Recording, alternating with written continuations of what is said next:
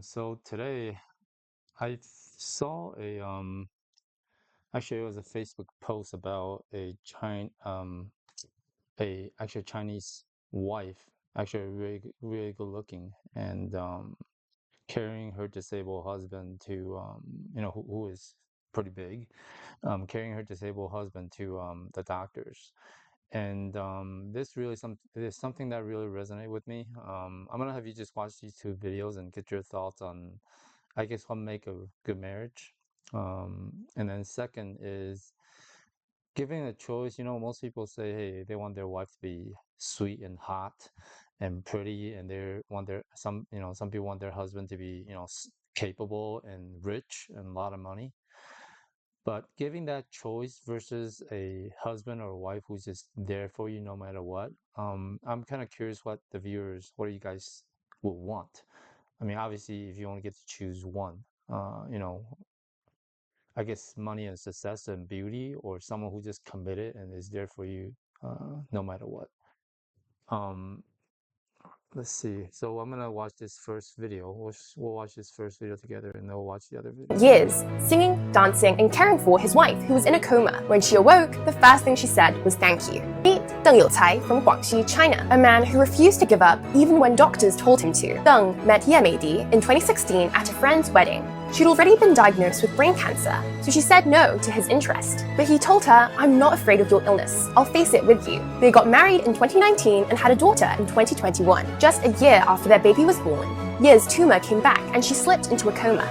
Doctors told Deng to prepare for the worst, and Ye had even asked him to let her go, so he wouldn't go broke saving her. He took her home and captured what he thought would be their last moment as a family. But the internet had other plans. That video went viral and strangers started donating, allowing Deng to bring Ye back into the hospital. After 3 months, she miraculously woke up. After another 2, she could speak. The first thing she said, thank you. Deng quit his job to care for Ye full-time, and every day he sang and danced at her bedside. Today, Ye can finally walk again and even runs a street stall. The couple now live streams their life together and shares their story with nearly 2 million followers. Netizens say, this is the true definition of in sickness and in health. This Chinese man is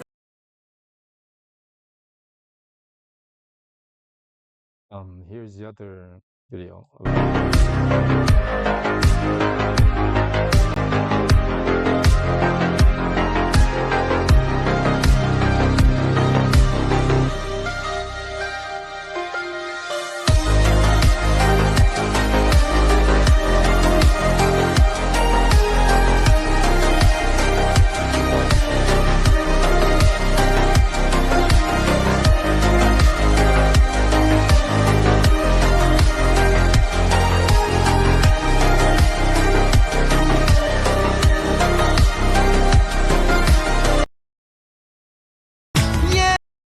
So, that's a husband helping his wife during labor.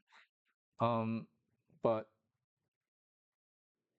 I mean, I don't know what your thought is. I think for most of us, when we were raised, we were taught to, again, achievement in school, job.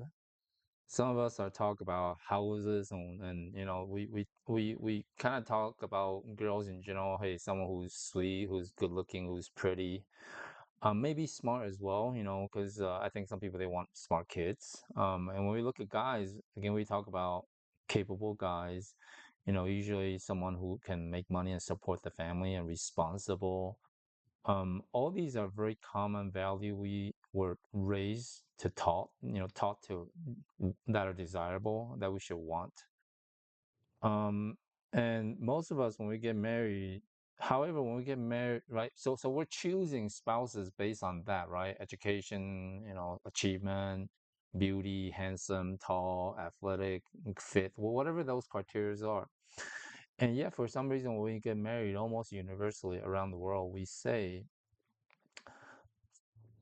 promise to love you forever in sickness or in health, for in wealth or in poverty, basically. And so, right when we get married, we know still what the ideal is, and yet we spend all this time, having looking for a partner of very relatively more superficial qualities, and right? No one get married and vow, hey, you promise to be rich and smart and beautiful and all that, right? We don't say that. But for some reason, in choosing our spouse and we're raised, that's what we learn. And I got married very, very quickly. Um, I was in my early 30s. I was single for some time because I was, pretty hurt by one of my relationship. And so I was single for a while. And then when I thought about getting married, it was in my early 30s. And it was very quick. We dated quickly and, it was like, yeah, she seems nice. She seems like she has a good career, smart, and she probably thought the same way about me. And once we got married, we started to realize that, we were starting our career and life was stressful. We started having kids and all that just piled on top of the stress. And then later on, I think Richard was like, we realized we're just very different people. Like I told you, I'm very empathetic. My personality was like an artist, musician, romantic. And empathetic people, sometimes they're led by emotion. And so I made a few decisions, a handful of pretty important decisions, whether it's investment, job, or marriage. And my ex-wife is a very CEO, executive personality. So she was very rational. She thinks through things. So the good thing is she doesn't make a whole lot of mistakes, other than, I guess the incompatible marriage. But in general, she doesn't make a lot of financial mistakes, etc. The problem with that is to me there was not a whole lot of emotion, right? Not a whole lot of romance, and between the marriage I did most of the caregiving, between the spouses. Now she worked hard, right? She's a CEO type of personality. She worked hard, I work hard. And the other thing about that is I kind of, because I had a pretty stressful career, I when I get home, I just want to chill and relax, right? And for her, she has a pretty stressful career as well, but her personality allows her to continue to demand. Like she could, like she wants everything to be the way she wanted, and part of that comes from her mom as well. I mean, her mom was head of a pharmacy department of 200 some people in her 20s, and she was actually the number one graduate, high school graduate. And so she could have at that time, she could have gone to like the best med school. I guess those are the time. That's what the number one student generally want to be. And but she didn't want to see blood, so she went to the best pharmacy school. And in her 20s, she had 200 some people and her as an employee, as a subordinate, and her dad was one of them. And so that marriage is a very strong, capable wife who very insists on everything, want things her way. But the husband was very cooperative. He knew he was one of the 200 some subordinate, and so he just followed, and their marriage seems to work out. From the outside, again, I think it's more of a partnership. They know each other's role. Romance, I don't know. But now let's go back to my marriage. I think again we're both pretty capable, working on our career, very hardworking. Um, but to me, love and romance, these videos, what they actually do in there is what I thought was more important. And at some point in our marriage, I thought I can be that, right? If my wife gets that sick, and then there was times, she was pregnant, she was pretty sick in the hospital. And I did that. I took care of her, a lot. I mean, I stayed at the hospital overnight to take care of her. When she was pregnant, our kid. And it wasn't about the kid. I mean, I think one of the pregnancies, I said we could, if we have to let the kid go, abort the kid, that's okay. I'd rather save my wife. Um, but anyway, that's kind of me. And now, as a CEO, executive personality, she's very hardworking. Like she would get the job done, make sure go work and all that. But she probably said there's nurses in the hospital, and the nurses would just take care of me. Like she probably wouldn't stay, right? Especially when we had kids. I left my kids at home, but she wouldn't do that, right? She would leave me at the hospital and be at home with the kids. I did the exact opposite. Now I'm not saying I'm better, but I think we had different expectation of what makes a good marriage, and ultimately we got divorced. But I want to get your thoughts on, I don't know if you're married, or you're not married, or you're divorced, or you never want to get married. Give me your thought about marriage, because as we've gone through a divorce, I realized it's a financial contract. I mean, it was a very expensive divorce. A lawyer charged a lot of money, And so to me, marriage was more of a financial contract. In retrospect, I feel like if two-person are in love, the best thing is actually not to be married. I mean, you just commit it, right? And I think people are nice to the other person um, when they're nice to them. And if they can leave anytime, that's when people are nice to you. And I think versus if you're tied together and legally you're tied together, people are a lot of times eventually become not so nice. Um, and so if you allow people to just be committed to each other without that financial legal contract, then they will be nice to the other person, because if not, the other person leaves. And so that's my personal thought on marriage. I don't know what your thinking are. And the divorce, I think there's a statistic here I saw earlier. Um, Here it says marriage rate have significantly fallen since 1990s. Okay, right now in a community of 1,000 people, okay, 4.3 marriages per 1,000 people. Um, Down from about 5 to 7 per 1,000 people in the 1990. Okay, and the divorce rate it's around 40%. That's what they say. Now, people who are married that are still happily married, I think is somewhere in 50 to 60%. Other 40% are either I think 10% of them are neutral, and then 20 some percent of them are not happy, but they're just married. So with that statistic in mind, I looked it up and kind of see what some research says. Here it says number one is mutual commitment. Both partners are dedicated to making the relationship work. I don't know what your thought on that is, but that's easier said than done, because when you start building your career and you're both stressed and then you start to have kids on top of that, um, you just end up having friction. And a lot of times mutual commitment, yes, you can do that for, again, I was married for almost, I think, 20 years. I mean, from the time we filed divorce, maybe 16, 17 years, for the time we're done, it was like 21 years or something, 21, 22 years. So we're legally married for a long time. Anyway, number one is mutual commitment. Anyway, you could give your thought on that. Number two is trust and honesty. Number three is kindness and respect. Everyday interaction matter more. Constructive conflict resolution. Disagreement happen, but it's how they handle the disagreement. Share value and life goals. I think that's very, very important. Um, again, like I said, we both work very hard, but I'd rather spend extra time by the beach walking with her or my family, my kids, if it meant I make less money. And for her, she wanted things to be her way. I mean, we would manage multiple properties, and she would prioritize getting more money or rental properties. And when we're so extremely tired, she would say kids have to do this event, have to do that event, has to, all these event that the neighbors and that environment wanted it. And that adds tremendous amount of stress to marriage. There's enough things to be stressed about, and so when you insist on even more, again, I think shared value and life goals are pretty important. Emotional support. I feel like I was giving her emotional support, but maybe not enough.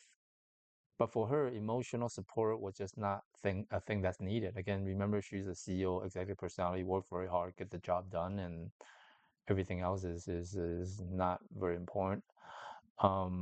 Good communication. Again, I think we both had problem with that. When we're busy and stressed and set in our ways, I mean, especially she's really set in her ways.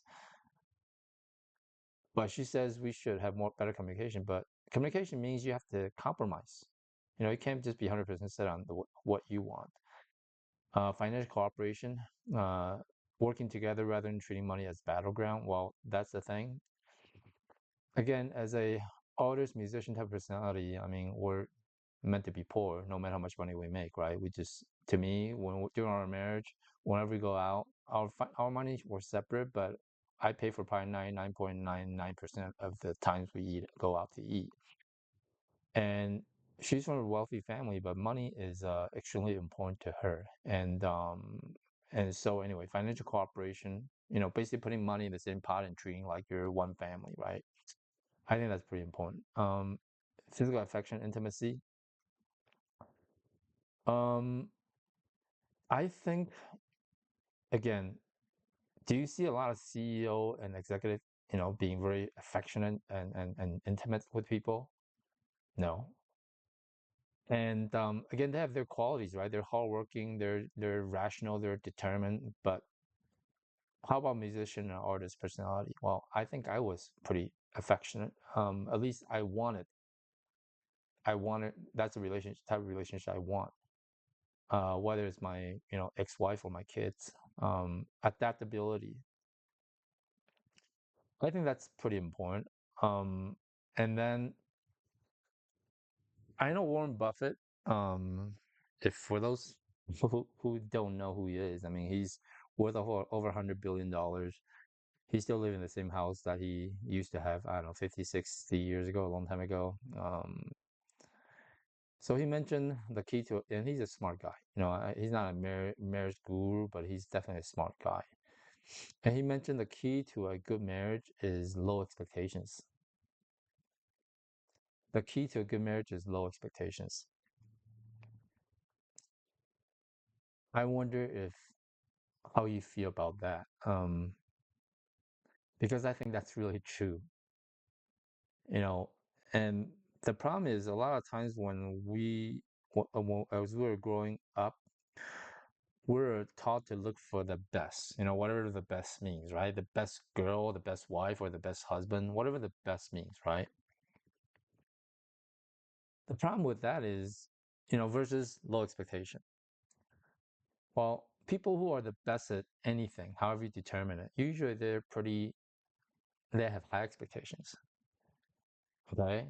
A lot of times of themselves and of other people. And so when you go around looking for the best, the most smartest girl, the best looking guy, the richest guy, they have very high expectations. And sometimes they're a pain, a pain in the butt to be with. And so again, my ex used to be super smart, CEO personality, but they're difficult. They're that way because they have high expectations of themselves and other people. And so this I do resonate a lot, and sometimes I recommend this what I recommend my son do. I recommend my son to actually make an online income in the US. Okay, so he's mobile and then go overseas, go to countries like Vietnam, Thailand, Philippines, Indonesia, countries that have lower average income. I think their average income is anywhere from $2,000, $3,000 a year to maybe $5,000, $6,000 a year. And the reason I say that is because girls there have low expectation. I mean, right? If an average person over there makes $2,000 to $5,000, and my son is making American money, anywhere from 60 grand. Right now it's like 60 to 80 grand average. And I think if he works hard, I think he can make, hundreds of thousands, if not millions of dollars. And I told him, when you meet girls who have low expectation, it's just better. I mean, if when you live in an environment, everyone has low expectation, and it's enough, right? I'm not talking about I'm not telling him to he should go there to the poorest neighborhood.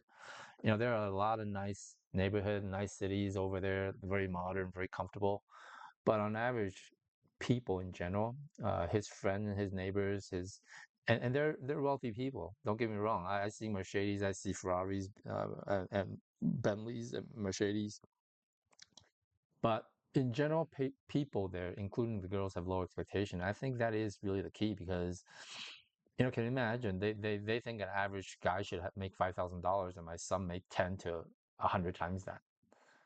And the other key is also not to take them to the U.S. to a very or the richest area in U.S. because the expectation gets changed really quickly. And so anyway, I think lower expectation, that's pretty important. I do think opposite is probably better. And I do believe one captain is better. People talk about communication, but let's say you're driving a train or a truck or a plane or a ship, and there's conflict. Do we go right? Do we go left? And you could communicate, but sometimes communication leads to friction, and sometimes it's a moment decision, right? You don't say you can't imagine two pilot up there thinking, "Hey, where we should go." No, at the end of the day, someone has to be the make the decision, and the other person has to follow. And I think the quicker that is for example, and it doesn't have to be the guy. I'm not chauvinist. I mean, it doesn't have to be the guy leading, right? But usually the captain is take all the responsibility. Just like if you're a guy and you expect to be in charge, guess what? You should be paying most of the bills. And same with if you're a girl, like if you're the girl CEO, you have very wealthy, you're very capable, that's fine. You can lead, and the guy you find should follow. And I still believe that's I know this might a lot of viewers may not agree, but I do think it's important for there to be a clear leader and another person who just easygoing and just go along with it and doesn't care as much, and they go with the flow and there's just more mellow. And again, it can be the guy that's mellow and easygoing, and the girl's leading. That's okay. But I think the more natural role is the guy leading. Now the trick is in an inflated society, everything's very expensive. And a lot of times the guy just don't make enough money, and both of them are working, and then it's hard. You can't expect someone, a wife who's out there battling and fighting and making a living, stressing over work to come back and yield to you. I mean, that's not reasonable. And but the other way is also true, right? You can't expect a guy to be out there fighting wars and then come home and now he has to yield to you and serve the wife. And now, are there marriages where both husband and wife are very capable and successful and they come home and they communicate and they're very well together? There are. But I think if you consider all the people who aren't getting married, if you consider all the high divorce rate and all the unhappy marriages, I think there's still a benefit of having a diff two role in the family. I mean, even in gay marriages, usually there's someone who's strong and competent and capable, takes responsibility, and there's the other person who's the nurturing, caregiving. And I think I believe that's an easier role for a successful marriage. Um, but anyway, let's go back to these videos. I mean, do you think this type of marriage is common? And do you have a marriage like this? Or do a friend or relative or your parents who has this type of marriage, where one of the spouse is just always there and never give up. Because at 50 something, I don't know if I'll get married again ever because of the trauma and the difficulty of the lawyers and all that.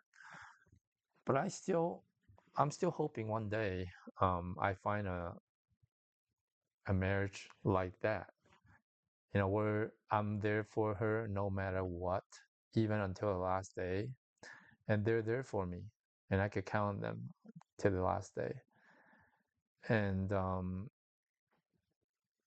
my plan is when I do eventually retire from the U.S., I'm going to go somewhere else, where just not just the girls' expectations, but in general, everyone's expectation is lower and it's more peaceful. And I think that's an environment that's more conducive to these type of marriages. Anyway, let me know what you think. Um, I find asking, I think eventually maybe, again, I'm an introvert, okay? That's why I'm here in front of the camera. Going to ask strangers about what's their key to happiness, what's the key to a good marriage. Approaching strangers is something that's very hard for me. Um, Hopefully I could get to that point as I grow, even in my 50s. As I grow, hopefully I get to that point and go interact with strangers and ask them what's their key to a good marriage and what's their key to happiness. Because anyway, because that's something I find very interesting. Because like I said in the other videos, life is fast. No matter how much money you have, to me, again, some people just want as much as possible, right? But to me, it's not really just about money. I think it's about the experience, the experience you had and the time that you're here. And I think having a marriage, or again, I may not get married again, but having a relationship like this, I think that's part of the experience that I'd like to have before life is over. Um, because that's what I always wanted. I wanted a marriage where I could count on her no matter what, and she could count on me no matter what. And I do find that that's harder in the U.S. That's a whole nother video. I think dating is hard here because again, the guys and girls are out there fighting uh, for a good living to be successful, and in that circumstances, I think it's just harder to even date here in the States. Anyway, I am very grateful that you're listening. And we'll see you another day. Thank you.